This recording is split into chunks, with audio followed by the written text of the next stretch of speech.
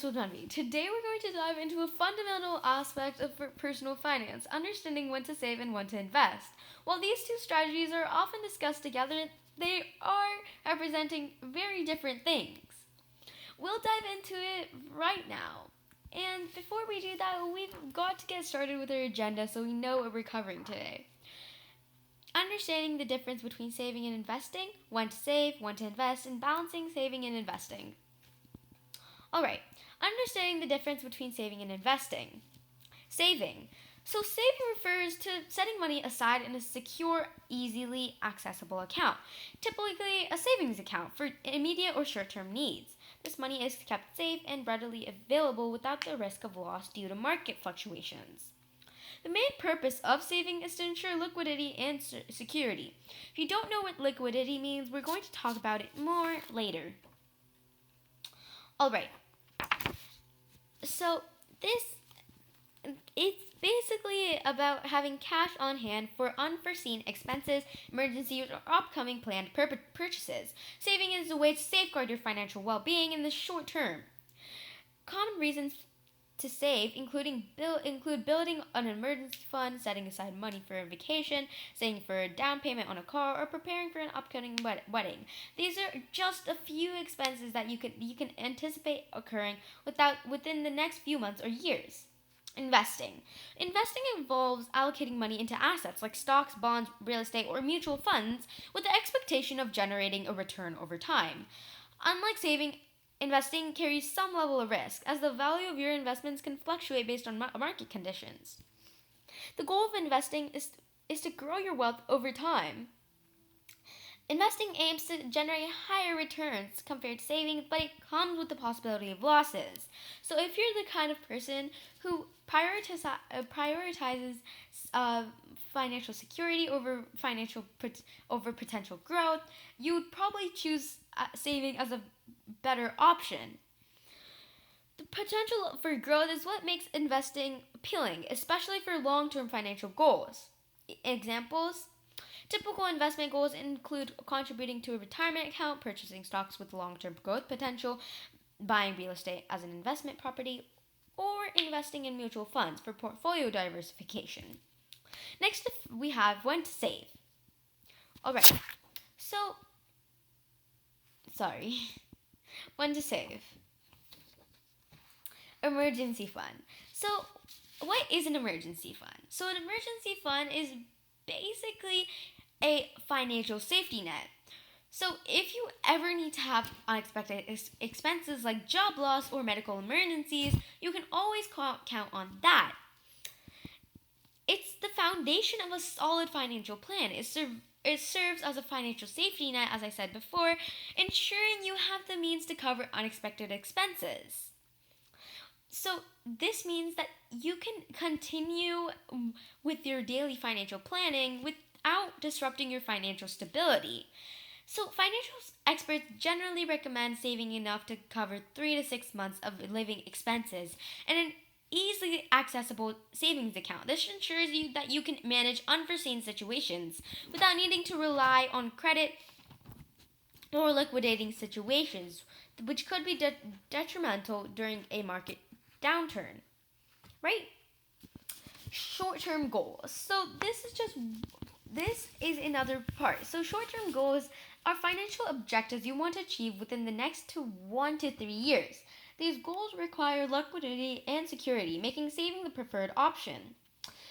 Strategy. For short-term goals, it's better to save rather than invest because the timeline is too short to ride out potential market volatility.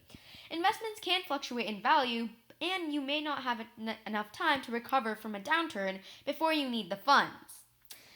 So, examples of short-term goals include saving for vacation, setting aside money for a major purchase like a new gadget, or preparing for an upcoming event such as a wedding.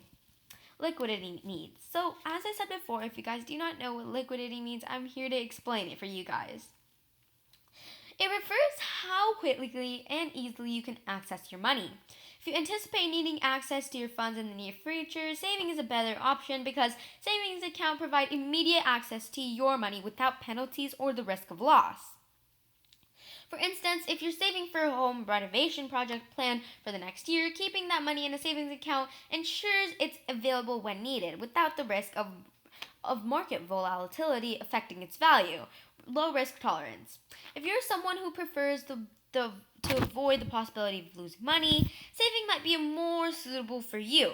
Saving accounts offer security and peace of mind as they're typically insured by government institutions. Like in the US, there is FDIC, ensuring your money is safe. Although savings accounts usually offer lower returns compared to investments, the guaranteed protection of your principal makes it a better option for those who prioritize security over potential growth.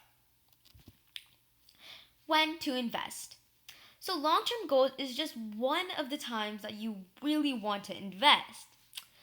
So, long term goals are financial objectives you want to achieve in 5 years or more. These goals allow you to take advantage of the potential growth that comes with investing, as you have time to weather market fluctuations. Strategy. Investing is ideal for long-term goals because it gives money time to grow and or recover from any short-term market volatility. Historically, investments such as stocks and real estate have outpaced inflation and provided higher returns than saving accounts.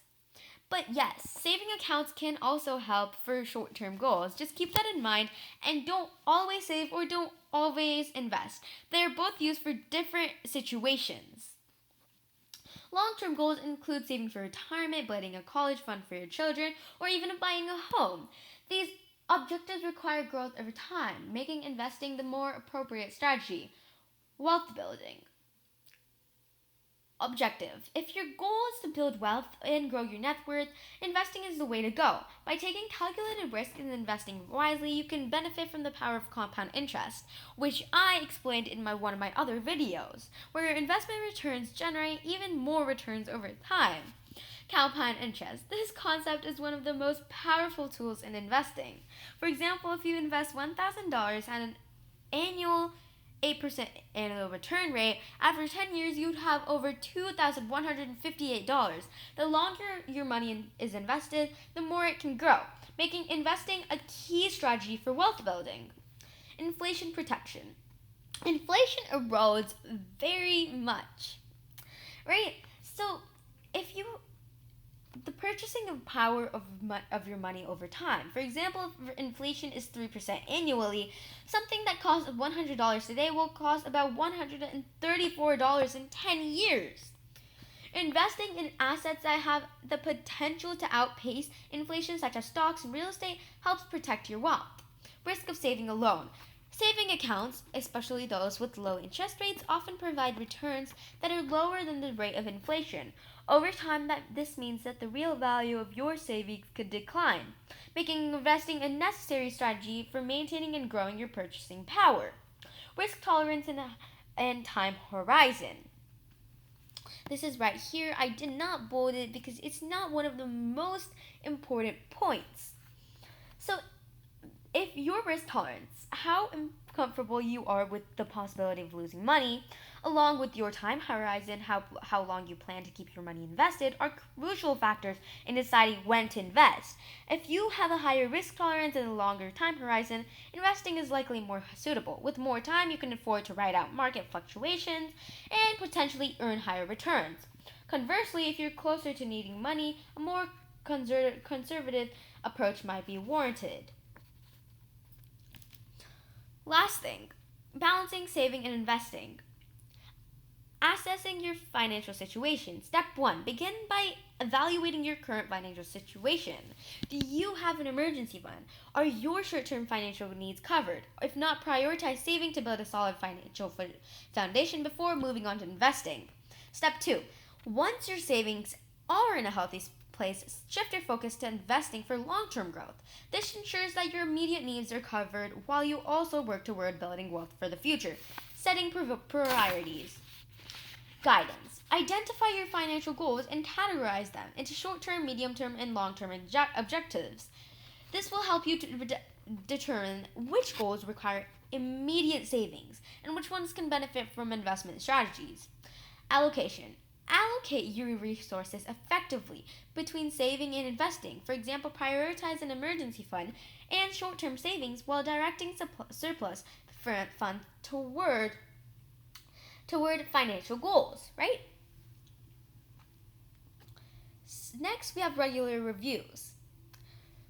Financial planning is not a one-time activity. It requires regular reviews and adjustments.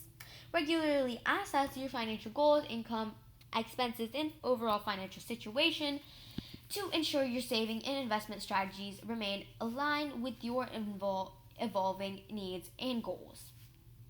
As your circumstances change, whether it's a new job, a change in income, a shift in financial priorities, be prepared to adjust your savings and investment allocations to stay on track. Diversification. Tip. So diversification is key principle into investing, which I already covered in one of my other videos.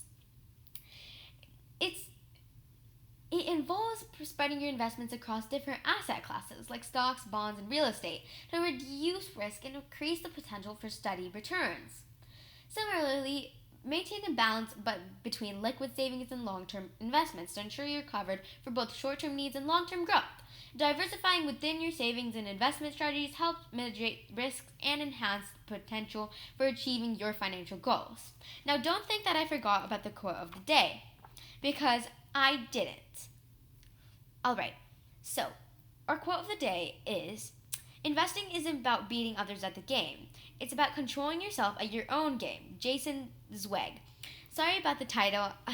I'm sorry about the title of a testimony. That's not what it's supposed to be. So I'm sorry if I pronounced the name wrong, Jason Zweig.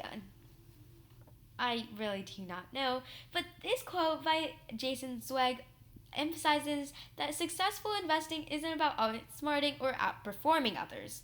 Instead, it focusing on managing your own behavior and decisions effectively. It suggests that the key to success lies in self-discipline, patience, and sticking to your own investment strategy rather than being influenced by others or trying to chase short-term gains. In essence, it's about being in control of your own investment decisions and staying true to your long-term goals. Thank you so much for joining me on Finance with Manvi today.